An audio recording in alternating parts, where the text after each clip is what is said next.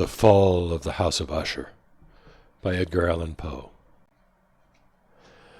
During the whole of a dull, dark, and soundless day in the autumn of the year, when the clouds hung oppressively low in the heavens, I had been passing alone on horseback through a singularly dreary tract of country, and at length found myself, as the shades of the evening drew on, within view of the melancholy House of Usher.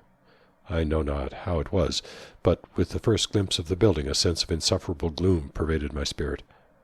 I say insufferable, for the feeling was unrelieved by any of that half-pleasurable because poetic sentiment with which the mind usually receives even the sternest natural images of the desolate or terrible.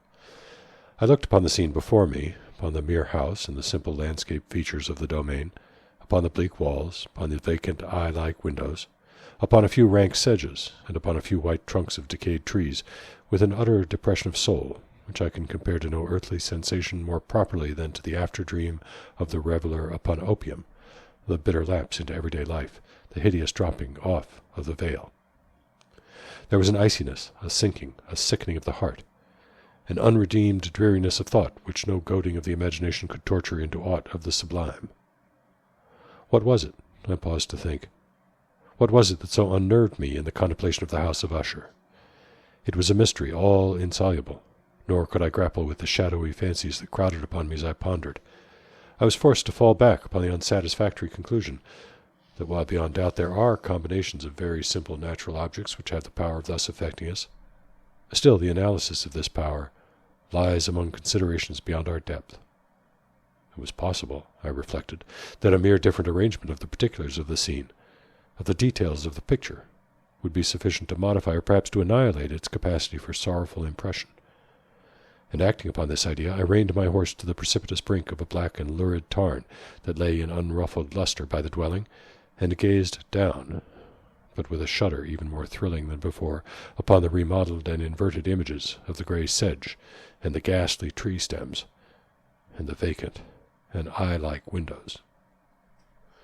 Nevertheless, in this mansion of gloom I now proposed to myself a sojourn of some weeks. Its proprietor, Roderick Usher, had been one of my boon companions in boyhood, but many years had elapsed since our last meeting.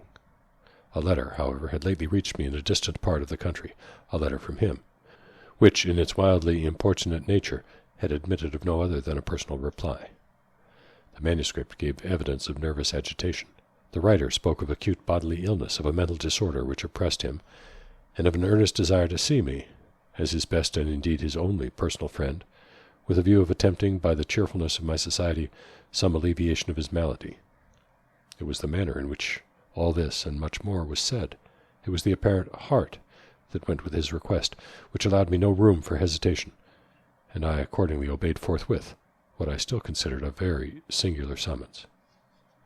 Although as boys we had been even intimate associates, yet I really knew little of my friend. His reserve had been always excessive and habitual. I was aware, however, that his very ancient family had been noted, time out of mind, for a peculiar sensibility of temperament, displaying itself through long ages in many works of exalted art, and manifested of late in repeated deeds of munificent yet unobtrusive charity, as well as in a passionate devotion to the intricacies, perhaps even more than to the orthodox and easily recognizable beauties, of musical science. I had learned, too, the very remarkable fact that the stem of the Usher race, all time-honored as it was, had put forth at no period any enduring branch. In other words, that the entire family lay in the direct line of descent, and had always, with very trifling and very temporary variation, so lain. It was this deficiency I considered, while running over in thought the perfect keeping of the character of the premises with the accredited character of the people, and while speculating upon the possible influence which the one, in the long lapse of centuries, might have exercised upon the other. It was this deficiency, perhaps, of collateral issue, and the consequent undeviating transmission from sire to son of the patrimony with the name, which had at length so identified the two as to merge the original title of the estate in the quaint and equivocal appellation of the House of Usher, an appellation which seemed to include, in the minds of the peasantry who used it, both the family and the family mansion.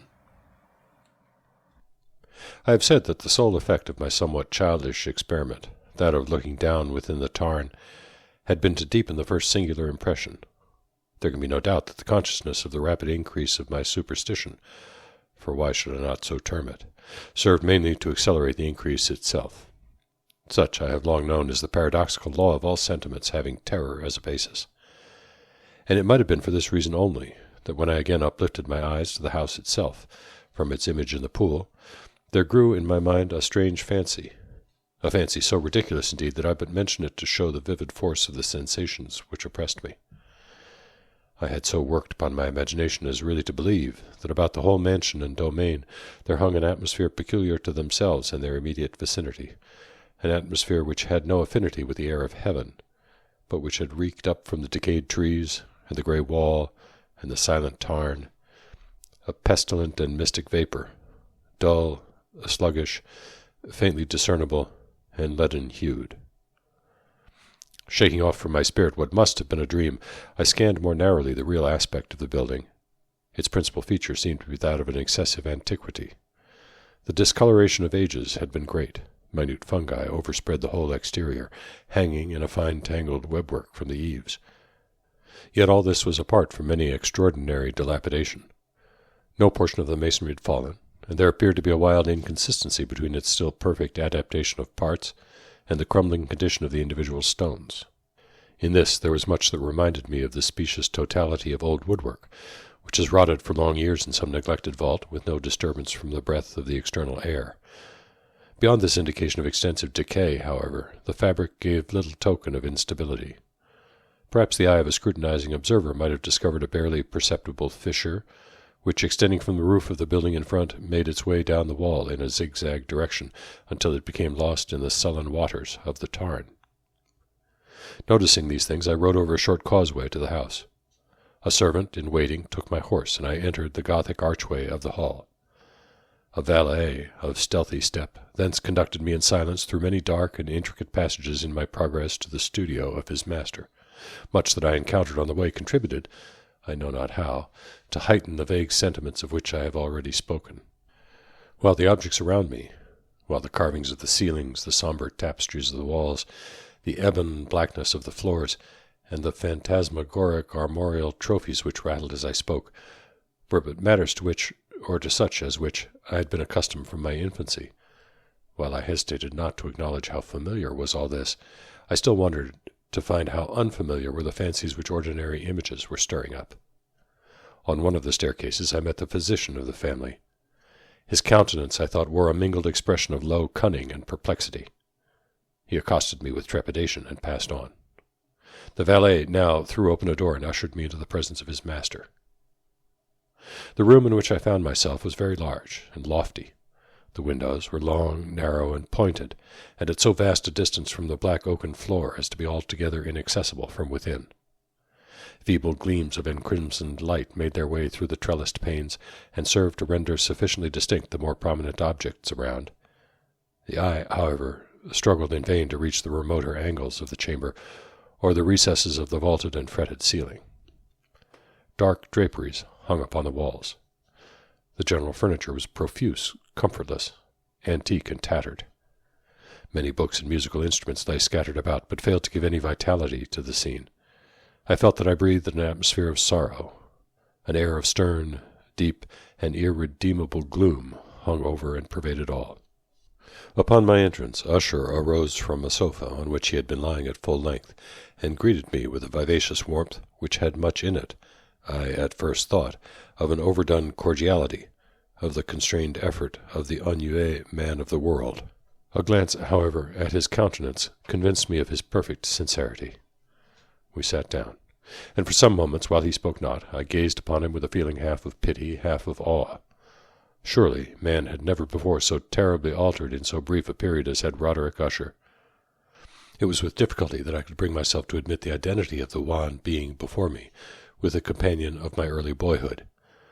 Yet the character of his face had been at all times remarkable, a cadaverousness of complexion, an eye large, liquid, and luminous beyond comparison, lips somewhat thin and very pallid, but of a surpassingly beautiful curve, a nose of a delicate Hebrew model, but with a breadth of nostril unusual in similar formations, a finely molded chin, speaking, in its want of prominence, of a want of moral energy, hair of a more than web-like softness and tenuity, These features, with an inordinate expansion above the regions of the temple, made up altogether a countenance not easily to be forgotten. And now, in the mere exaggeration of the prevailing character of these features, and of the expression they were wont to convey, lay so much of change that I doubted to whom I spoke. The now ghastly pallor of the skin, and the now miraculous luster of the eye, above all things startled and even awed me.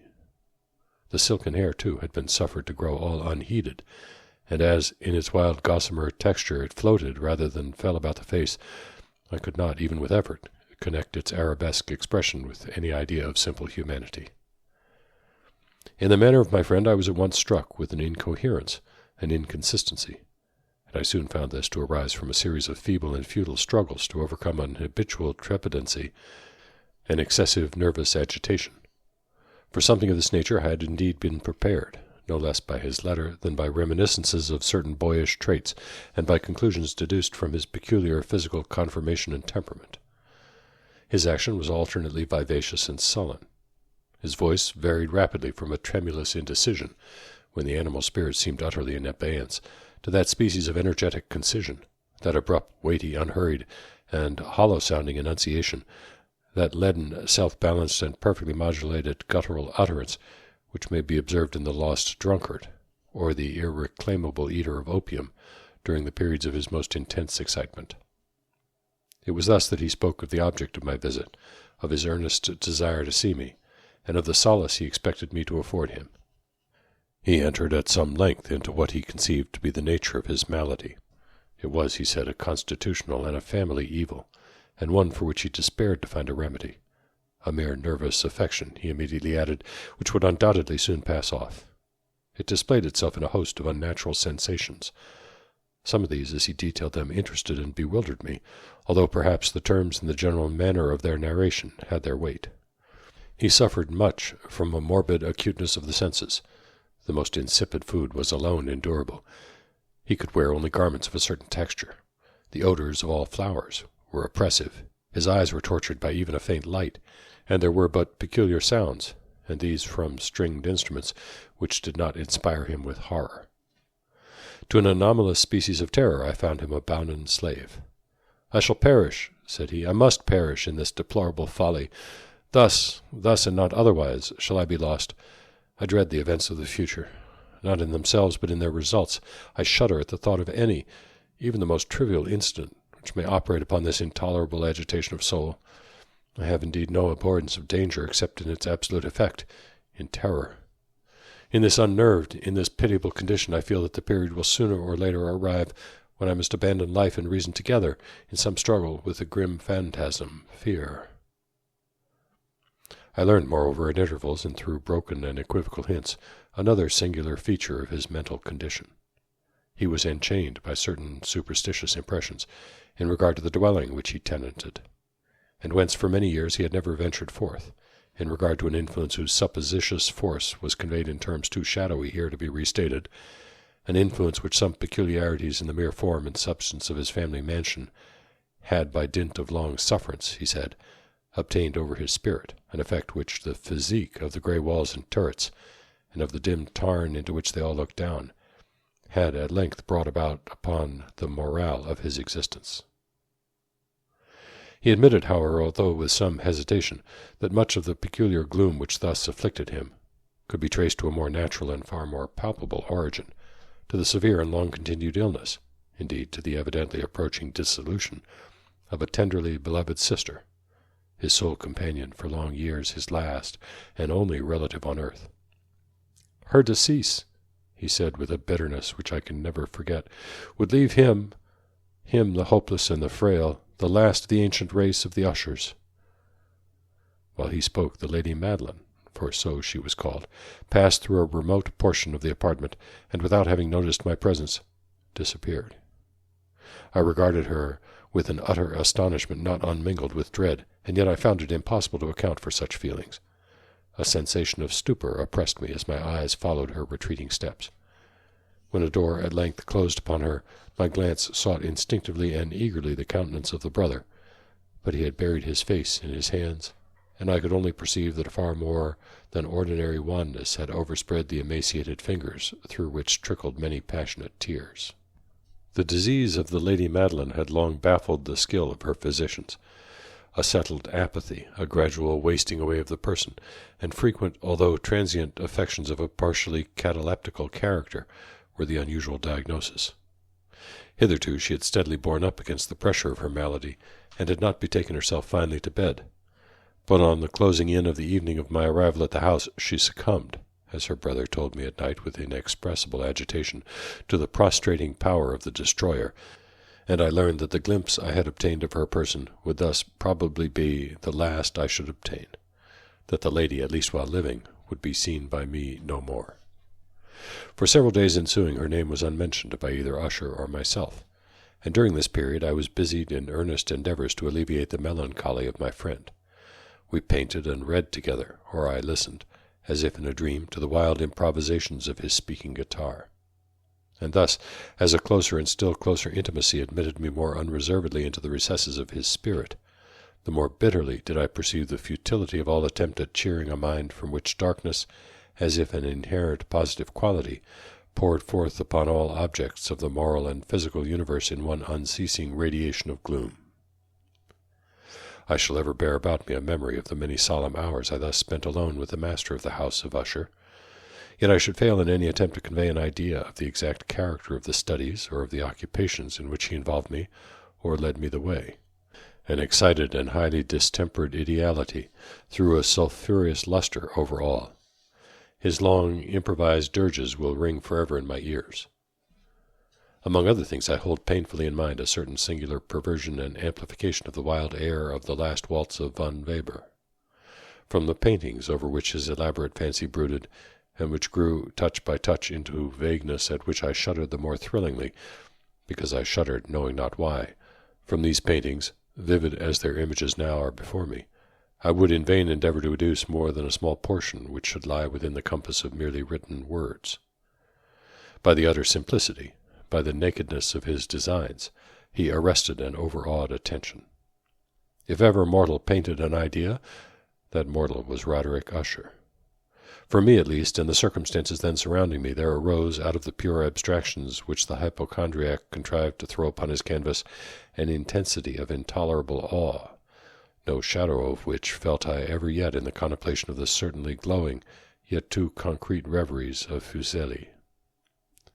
One of the phantasmagoric conceptions of my friend, partaking not so rigidly of the spirit of abstraction, may be shadowed forth, although feebly, in words. A small picture presented the interior of an immensely long and rectangular vault or tunnel, with low walls, smooth, white, and without interruption or device. Certain accessory points of the design served well to convey the idea that this excavation lay at an exceeding depth below the surface of the earth.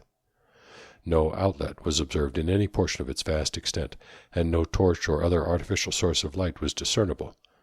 Yet a flood of intense rays rolled throughout and bathed the whole in a ghastly and inappropriate splendor. I have just spoken of that morbid condition of the auditory nerve which rendered all music intolerable to the sufferer, with the exception of certain defects of stringed instruments. It was, perhaps, the narrow limits to which he thus confined himself upon the guitar, which gave birth, in great measure, to the fantastic character of his performances. But the fervid facility of his impromptus could not be so accounted for. They must have been and were in the notes, as well as in the words of his wild fantasias, for he not unfrequently accompanied himself with rhymed verbal improvisations, the result of that intense mental collectedness and concentration to which I have previously alluded as observable only in particular moments of the highest artificial excitement. The words of one of these rhapsodies I have easily remembered. I was, perhaps, the more forcibly impressed with it as he gave it, because in the under or mystic current of its meaning I fancied that I perceived, and for the first time, a full consciousness on the part of Usher of the tottering of his lofty reason upon her throne. The verses, which were entitled The Haunted Palace, ran very nearly, if not accurately, thus. 1. In the greenest of our valleys, by good angels tenanted, once a fair and stately palace, radiant palace, reared its head. In the monarch Thought's dominion it stood there. Never seraph spread a pinion over fabric half so fair. 2. Banners yellow, glorious golden, on its roof did float and flow. All this was in the olden time long ago, and every gentle air that dallied in that sweet day along the ramparts, plumed and pallid, a winged odor went away. 3. Wanderers in that happy valley through 2 luminous windows saw spirits moving musically to a lute's well-tuned law, round about a throne where sitting Porphyrogene, in state his glory well befitting, the ruler of the realm was seen. 4. And all with pearl and ruby glowing was the fair palace door, through which came flowing and sparkling evermore a troop of echoes whose sweet duty was but to sing, in voices of surpassing beauty, the wit and wisdom of their king. 5. But evil things in robes of sorrow assailed the monarch's high estate. Ah, let us mourn, for never a morrow shall dawn upon him desolate. And round about his home the glory that blushed and bloomed is but a dim remembered story of the old time entombed. 6. And travelers now within that valley through the red-litten windows see vast forms that move fantastically to a discordant melody, while like a rapid ghastly river through the pale door a hideous throng rush out forever and laugh, but smile no more. I well remember that suggestions arising from this ballad led us into a train of thought wherein there became manifest an opinion of Usher's, which I mention not so much on account of its novelty, for other men have thought thus, as on account of the pertinacity with which he maintained it. This opinion, in its general form, was that of the sentience of all vegetable things. But in his disordered fantasy the idea had assumed a more daring character, and trespassed, under certain conditions, upon the kingdom of inorganization. I lack words to express the full extent, or the earnest abandon of his persuasion. The belief, however, was connected, as I have previously hinted, with the grey stones of the home of his forefathers. The conditions of the sentience had been here, he imagined, fulfilled in the method of collocation of these stones, in the order of their arrangement, as well as in that of the many fungi which overspread them, and of the decayed trees which stood around. Above all, in the long undisturbed endurance of this arrangement, and in its reduplication in the still waters of the tarn. Its evidence, the evidence of the sentience, was to be seen, he said, and I here started, as he spoke, in the gradual yet certain condensation of an atmosphere of their own about the waters and the walls. The result was discoverable, he added, in that silent yet importunate and terrible influence which for centuries had moulded the destinies of his family, and which made him what I now saw him, what he was. Such opinions need no comment, and I will make none. Our books, the books which for years had formed no small portion of the mental existence of the invalid, were, as might be supposed, in strict keeping with this character of phantasm. We pored together over such works as the Vervet et Chartreuse of Gresset, the Belphegor of Machiavelli, the Heaven and Hell of Swedenborg, the Subterranean Voyage of Nicholas Klim by Holberg, the Chiromancy of Robert Fludd, of Jean d'Inaginet, and of de la Chambre, the Journey into the Blue Distance of Czech, and the City of the Sun of Campanella. One favorite volume was a small octavo edition of the Directorium Inquisitorium by the Dominican Emeric de Giron, and there were passages in Pomponia's Mela about the old African satyrs and Egyptians, over which Usher would sit dreaming for hours. His chief delight, however, was found in the perusal of an exceedingly rare and curious book in quarto Gothic, the manual of a forgotten church, the Vigilae Mortuorum Secundum Coram Ecclesiae Maguntinae. I could not help thinking of the wild ritual of this work, and of its probable influence upon the hypochondriac, when, one evening, having informed me abruptly that the Lady Madeline was no more, he stated his intention of preserving her corpse for a fortnight, previously to its final interment, in one of the numerous vaults within the main walls of the building. The worldly reason, however, assigned for this singular proceeding was one which I did not feel at liberty to dispute. The brother had been led to his resolution, so he told me, by consideration of the unusual character of the malady of the deceased, of certain obtrusive and eager inquiries on the part of her medical men, and of the remote and exposed situation of the burial ground of the family.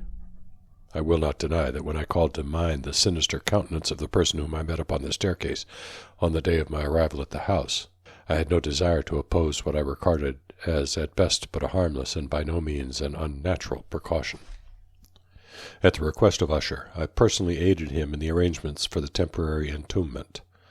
The body having been encoffined, we two alone bore it to its rest.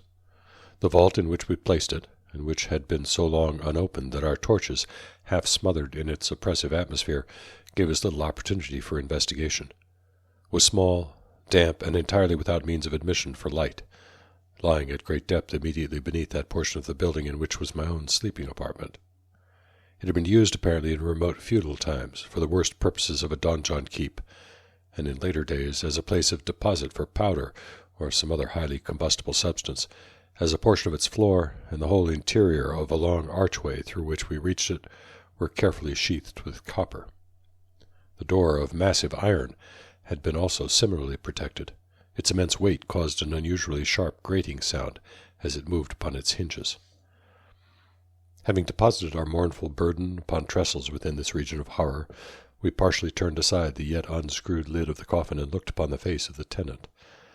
A striking similitude between the brother and the sister now first arrested my attention, and Usher, divining perhaps my thoughts, murmured out some few words from which I learned that the deceased and himself had been twins, and that sympathies of a scarcely intelligible nature had always existed between them. Our glances, however, rested not long upon the dead, for we could not regard her unawed. The disease which had thus entombed the lady in the maturity of youth had left, as usual in all maladies of a strictly cataleptical character, the mockery of a faint blush upon the bosom and the face, and that suspiciously lingering smile upon the lip which is so terrible in death. We replaced and screwed down the lid, and having secured the door of iron, made our way with toil into the scarcely less gloomy apartments of the upper portion of the house. And now, some days of bitter grief having elapsed, an observable change came over the features of the mental disorder of my friend. His ordinary manner had vanished. His ordinary occupations were neglected or forgotten. He roamed from chamber to chamber with hurried, unequal, and objectless step. The pallor of his countenance had assumed, if possible, a more ghastly hue, but the luminousness of his eye had utterly gone out. The once occasional huskiness of his tone was heard no more, and a tremulous quaver, as if of extreme terror, habitually characterized his utterance. There were times, indeed, when I thought his unceasingly agitated mind was laboring with some oppressive secret, to divulge which he struggled for the necessary courage.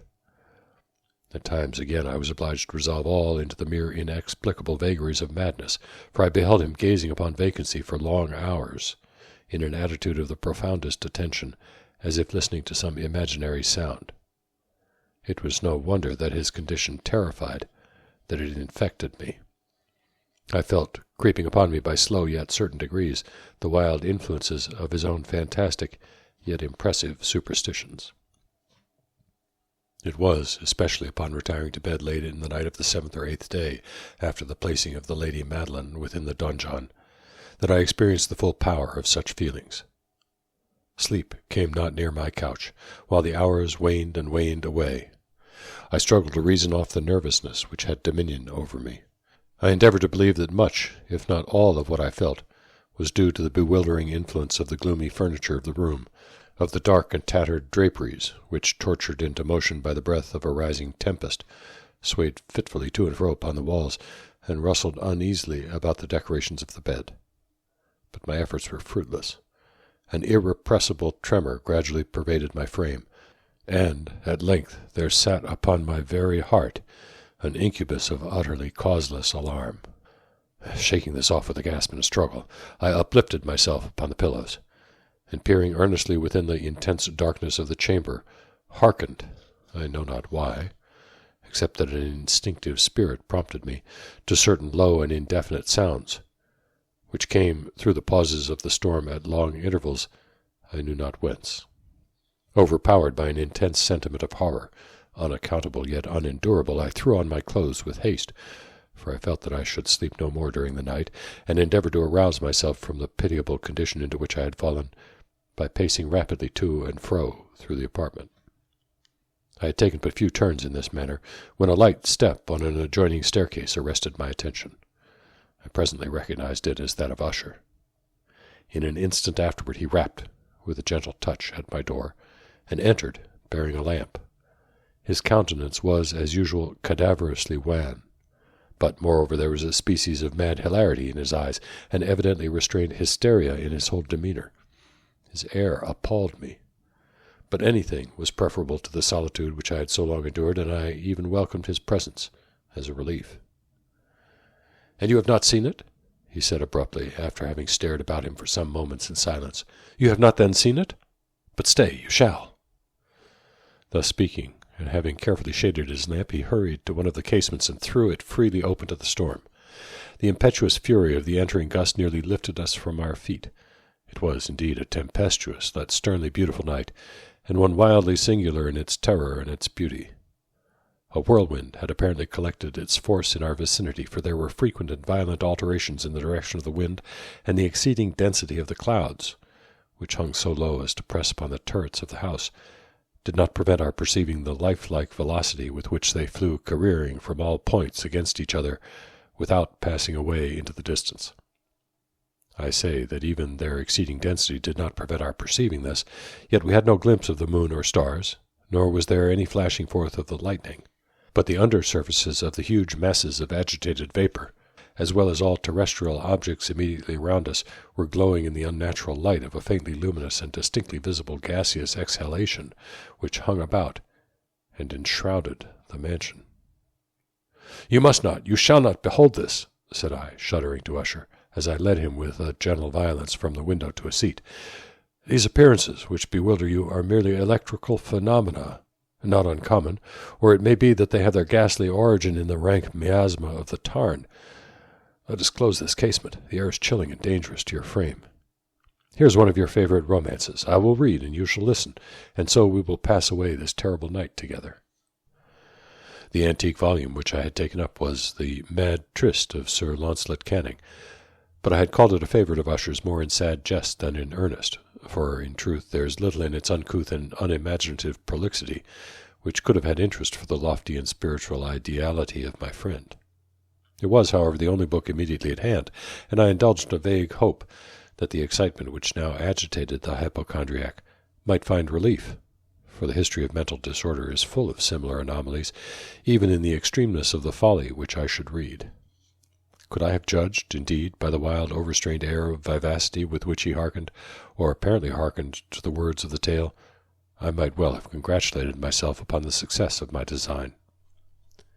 I had arrived at that well-known portion of the story, where Ethelred, the hero of the Tryst, having sought in vain for peaceable admission into the dwelling of the hermit, proceeds to make good an entrance by force. Here, it will be remembered, the words of the narrative run thus: "And Ethelred, who was by nature of a doughty heart, and who was now mighty withal on account of the powerfulness of the wine which he had drunken, waited no longer to hold parley with the hermit, who, in sooth, was of an obstinate and maliceful turn, but, feeling the rain upon his shoulders and fearing the rising of the tempest, uplifted his mace outright, and with blows made quickly room in the plankings of the door for his gauntleted hand, and now pulling therewith sturdily, he so cracked and ripped and tore all asunder, that the noise of the dry and hollow-sounding wood alarumed and reverberated throughout the forest."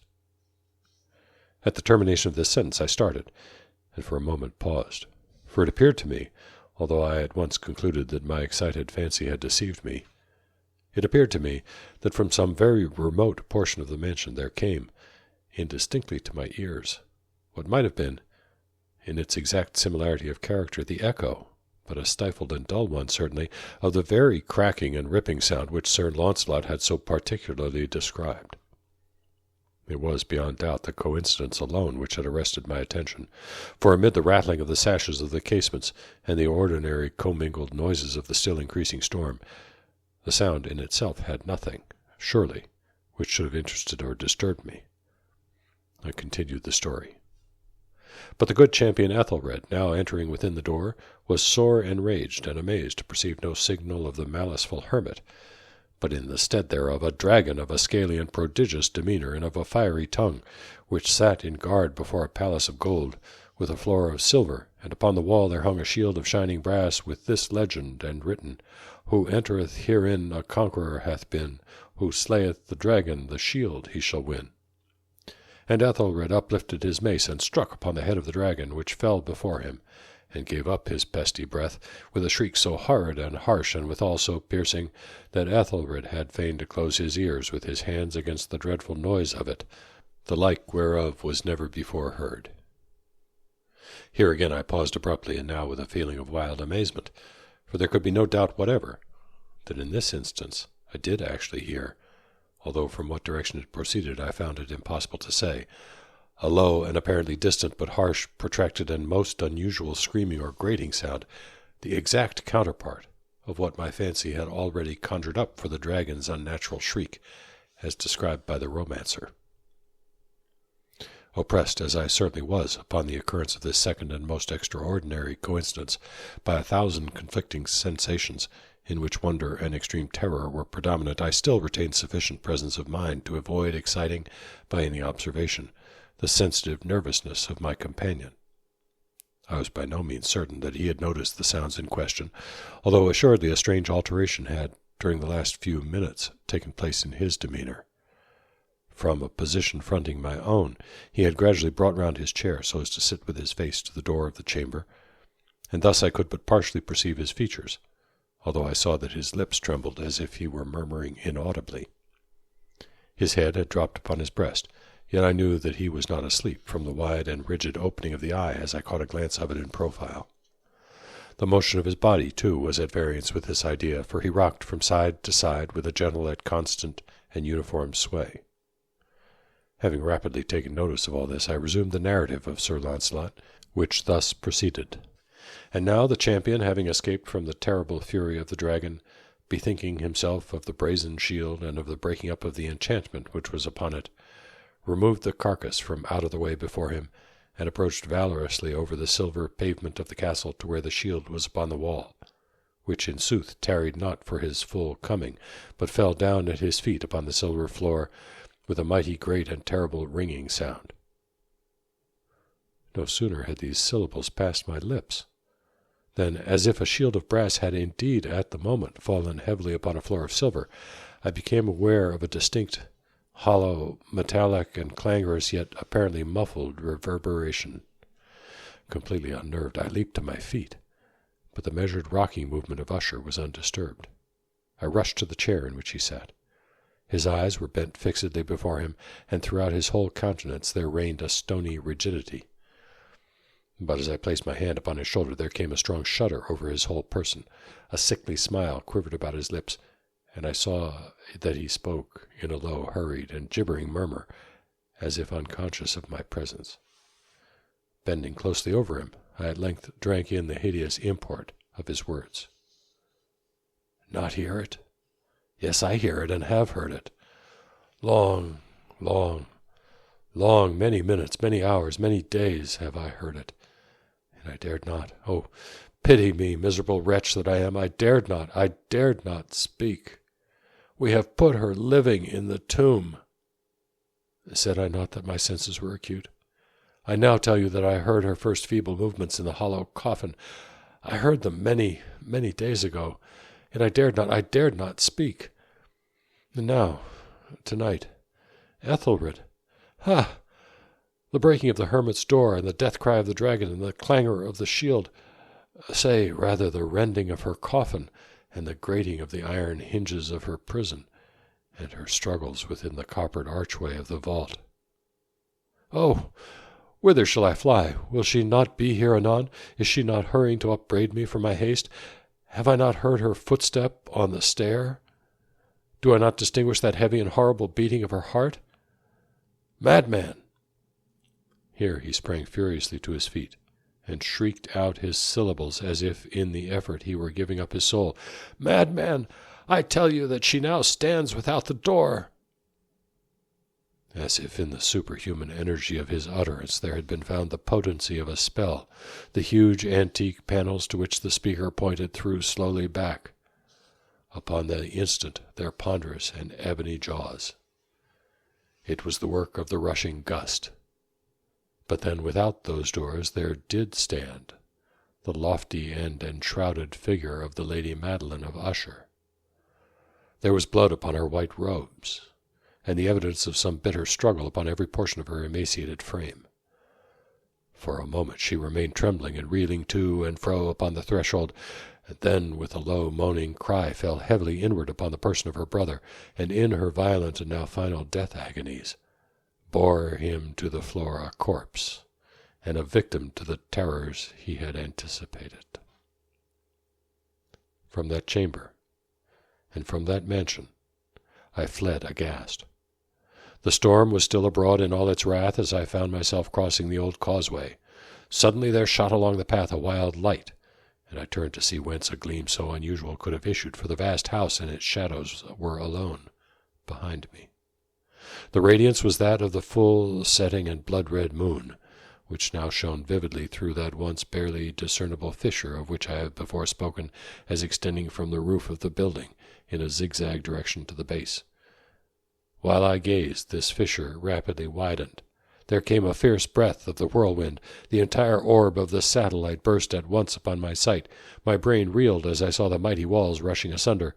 There was a long tumultuous shouting sound like the voice of 1,000 waters, and the deep and dank tarn at my feet closed sullenly and silently over the fragments of the House of Usher.